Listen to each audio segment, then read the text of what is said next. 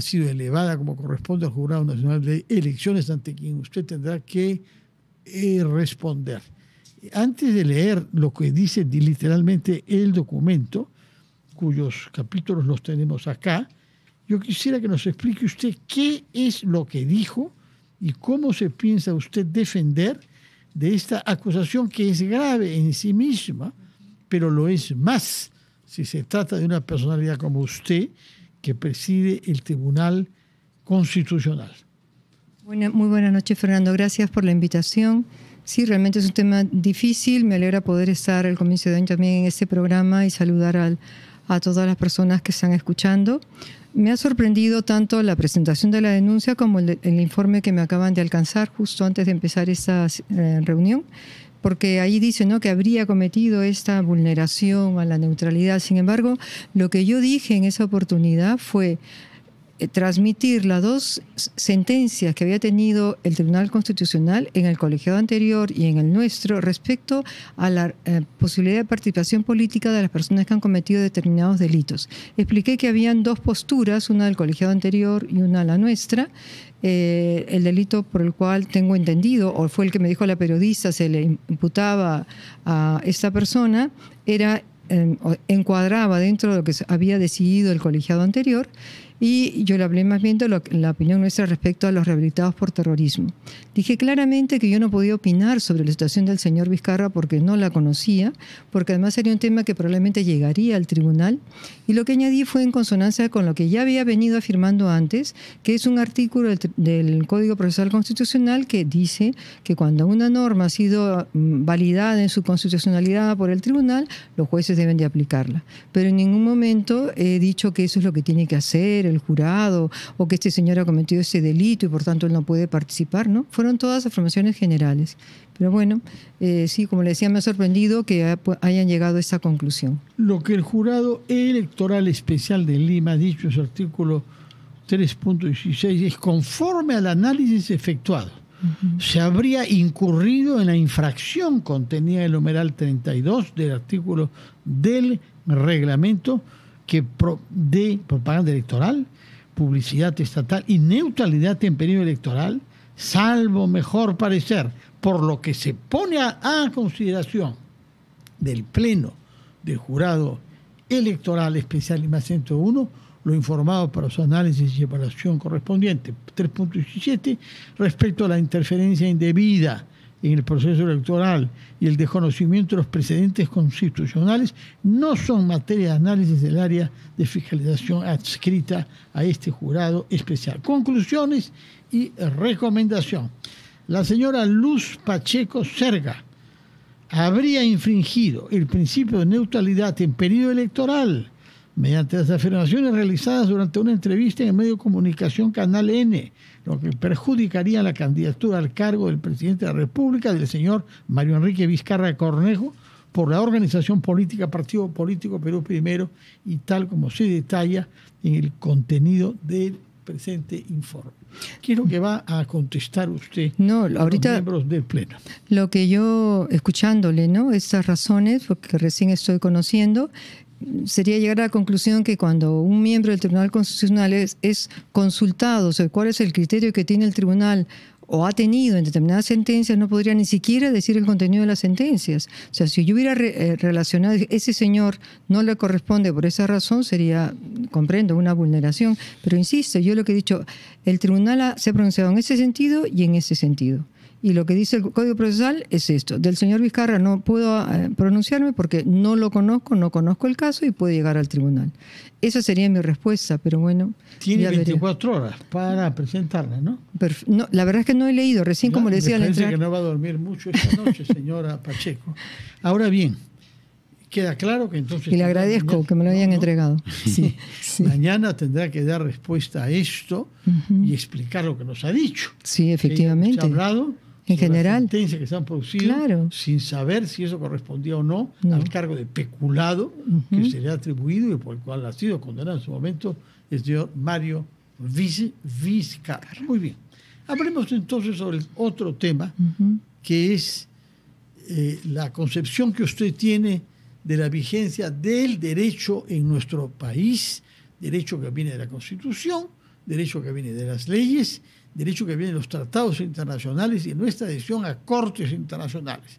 Este tema tiene el mayor interés en los tiempos que corren porque estamos asistiendo a la acción de ciertas potencias, particularmente Estados Unidos y Rusia, que han prescindido del reconocimiento de fronteras nacionales y de tratados para ejercer el poder puro. Primero es la fuerza y luego es la paz, ha dicho Donald Trump.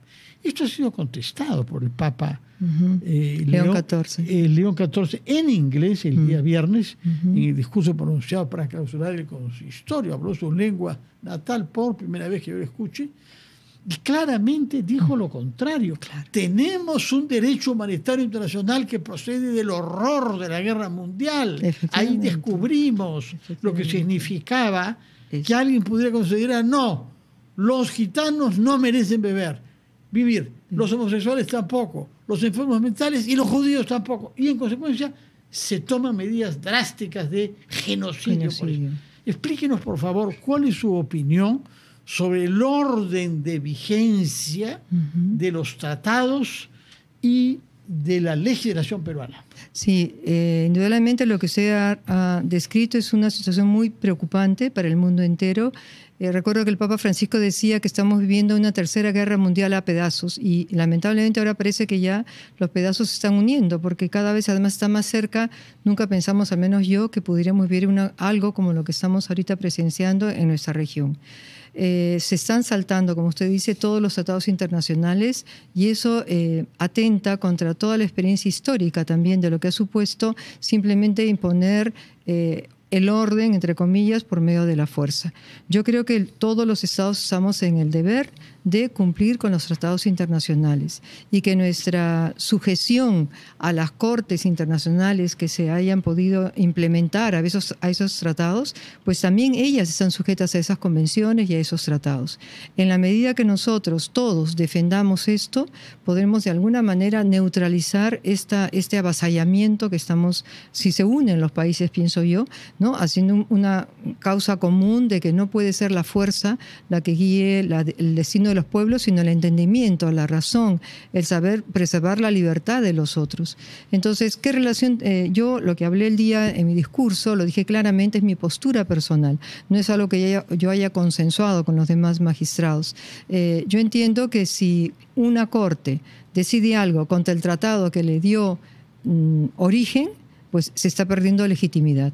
Entonces, la obediencia que yo le debo a esa corte, sea cual sea, es en la medida que respeta esa corte lo que está previsto en su tratado de nacimiento. Entonces, en la medida, eso es lo normal que exista. Normalmente las cortes así lo hacen. Pero si en algún momento no lo hicieran, pues yo creo que cada estado tendrá que ver hasta dónde tiene que obedecer, porque si, por ejemplo, en el caso del Perú, de hecho, la Convención Americana es perfectamente compatible con la Constitución peruana.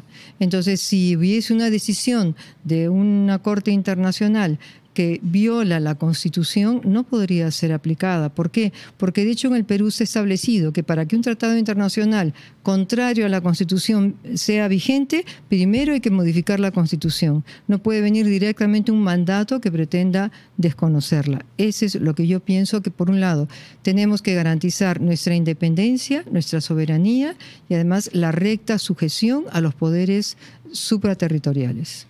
Este tema que ha mencionado usted, que es un tema abstracto y complejo, ¿se aplica al muy discutido caso de la ley sobre lesa humanidad? Efectivamente, yo creo que sí, porque si nosotros leemos el artículo 7º de la Convención Americana, allí que habla sobre el derecho a la libertad, dice expresamente que toda persona tiene derecho a ser juzgada en un plazo razonable. Entonces, si tenemos nosotros juicios, hechos que fueron de los años 90, 80, y que estamos en el año 2026 y todavía no se ha definido quién es el culpable, allí se está haciendo un grave daño a las familiares de las víctimas, a las propias víctimas, a la persona que están juzgando, que por lo mejor es inocente y lleva a lo mejor 30 años en esta angustia, y el verdadero culpable puede ser que esté tan tranquilo. Entonces se vulnera el derecho al plazo razonable. Entonces cuando en el Perú se ha establecido claramente que los delitos de lesa humanidad rigen a partir de los años 2002, que es cuando se ratifica el Estatuto de Roma. Entonces, para atrás hay delitos gravísimos, efectivamente. Mire, cuando fue la audiencia de ese caso de lesa humanidad, a mí me sorprendió conocer, por datos fidedignos los año 83 y el año 99, 1999, los peores años del terrorismo. Exacto. ¿Sabe cuántas patrullas hicieron las Fuerzas Armadas y Policiales? Más de 1 millón. Había años que hacían 50.000, 80.000, 100.000 patrullas. Esas patrullas que iban a los diferentes lugares no tenían teléfonos para saber y dar órdenes.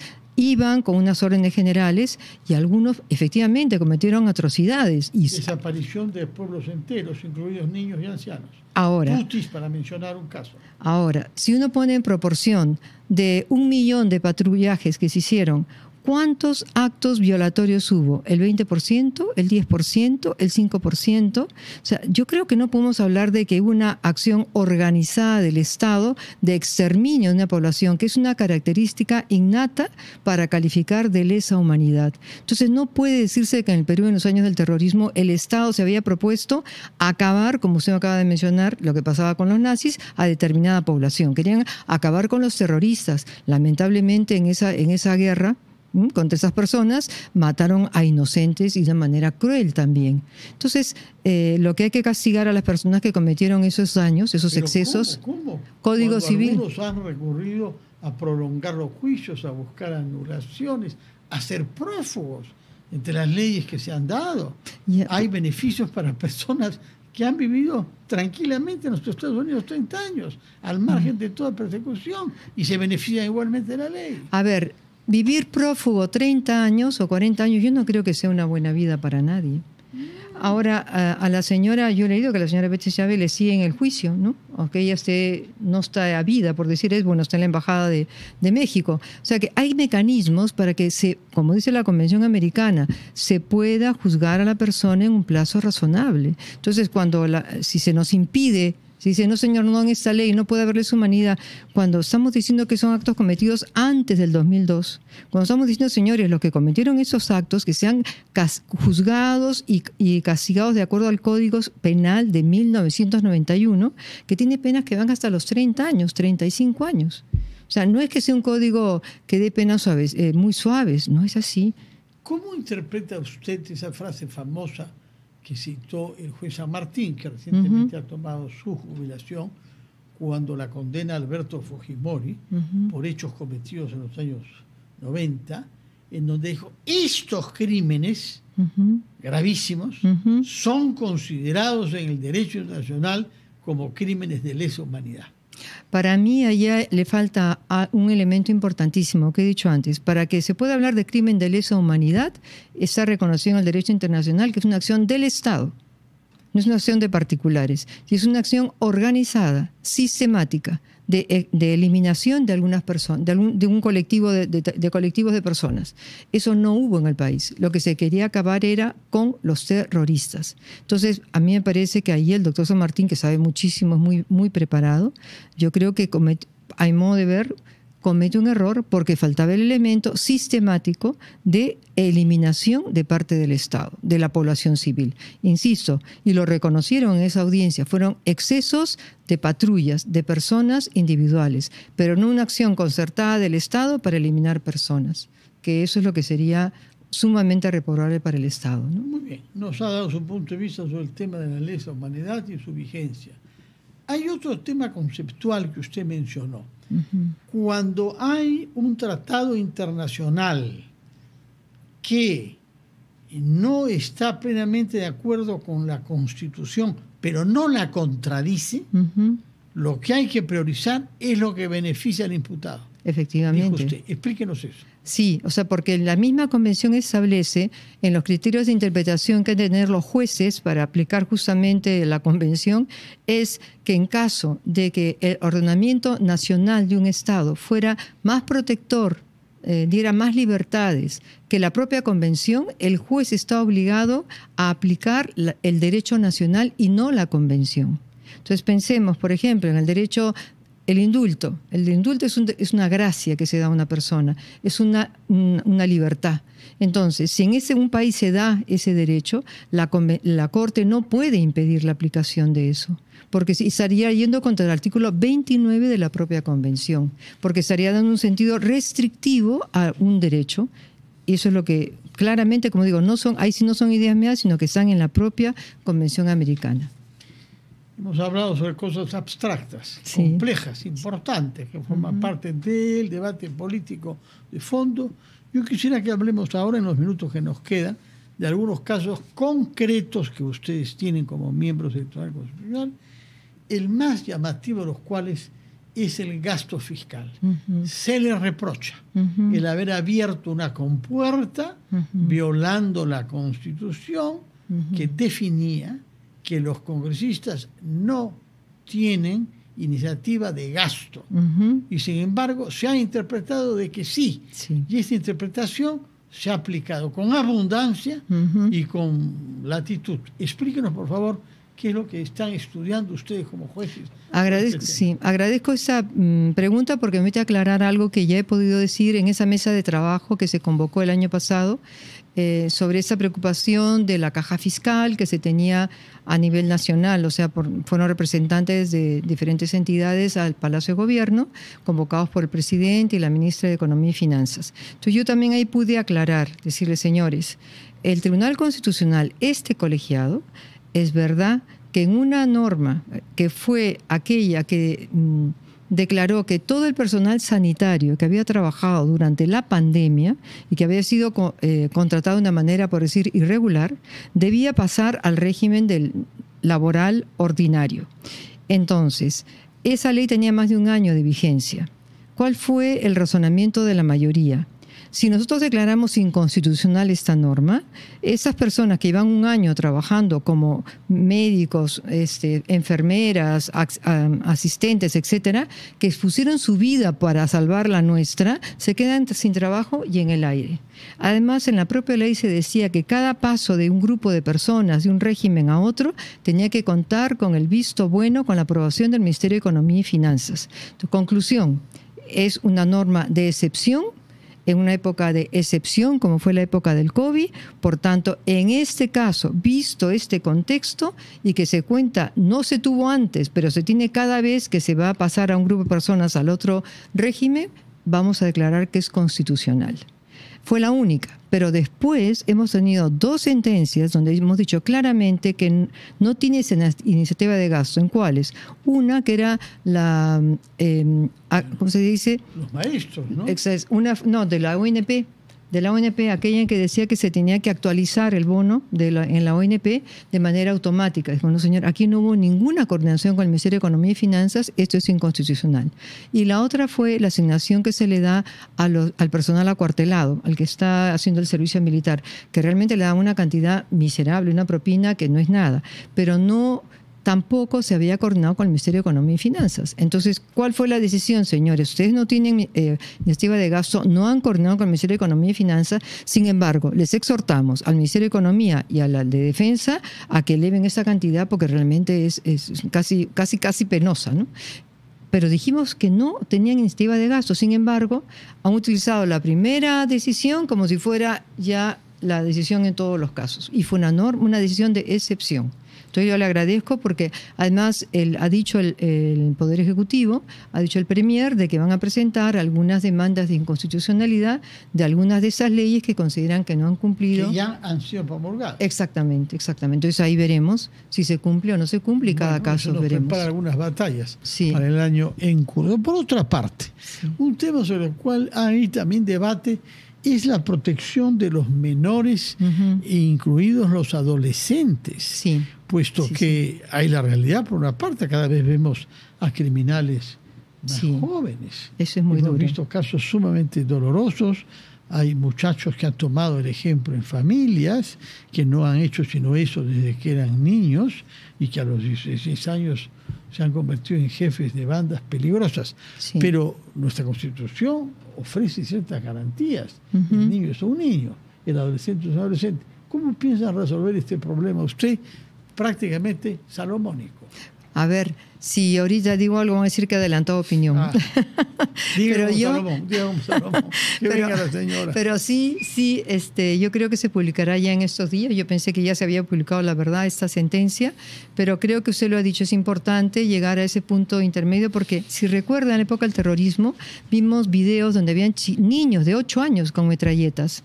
O sea, les enseñan a matar desde muy pequeño y es muy difícil, es cierto, cambiar a esas personas. Pero son seres humanos. Yo creo que el principio de resocialización no lo podemos perder. Con prudencia, o sea, no podemos... No da lo mismo una persona que a los 18 años mata sin ningún escrúpulo, una persona de 35 que hace lo mismo, ¿no? Entonces hay que ver en cada caso cómo la ayudamos y cómo cuidamos a la sociedad de estas personas. Eso es lo que queremos decidir, eso es lo que hemos decidido. De acuerdo.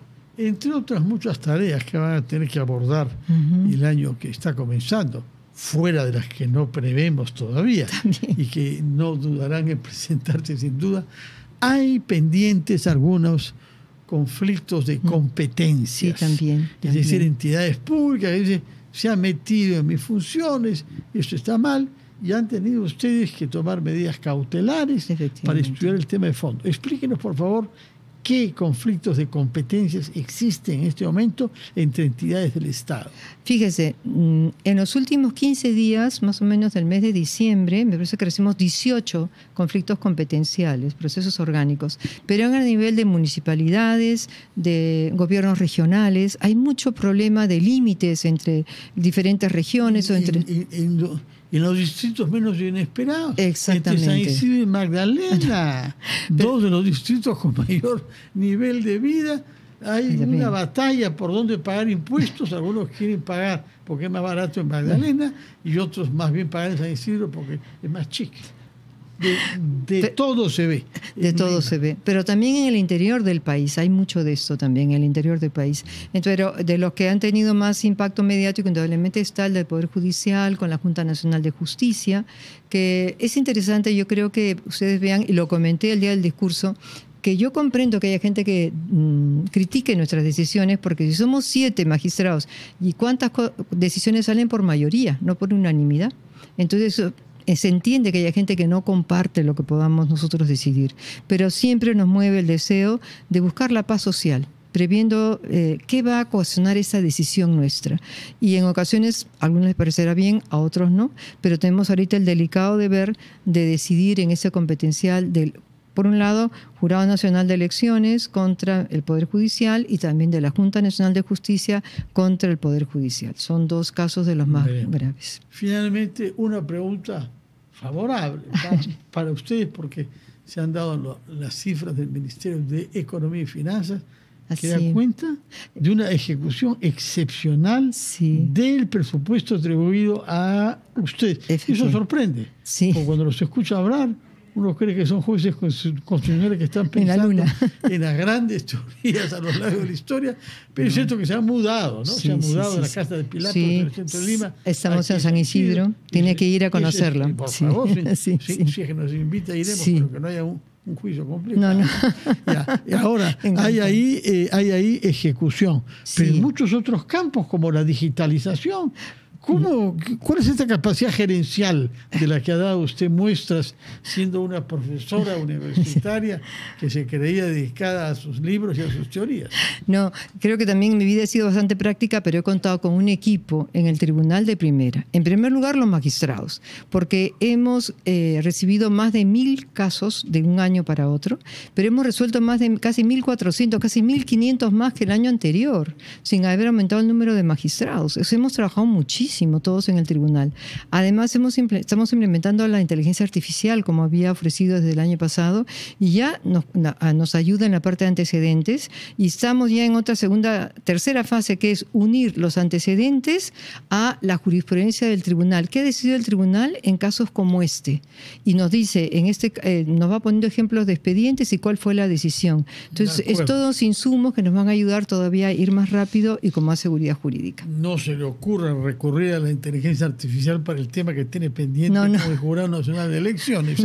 Los tiempos están demasiado frescos como para que le den buenos consejos sobre esa materia. Muchísimas gracias, señora presidenta. Que tenga un año fecundo. Gracias. Y sobre todo que contribuya a que los peruanos podamos confiar en las autoridades y muy particularmente en las encargadas de interpretar en última instancia nuestra Constitución. Muchas gracias. Gracias y muy también. feliz año. Muchas gracias, de igual manera. Ha sido la señora Luz Pacheco, presidenta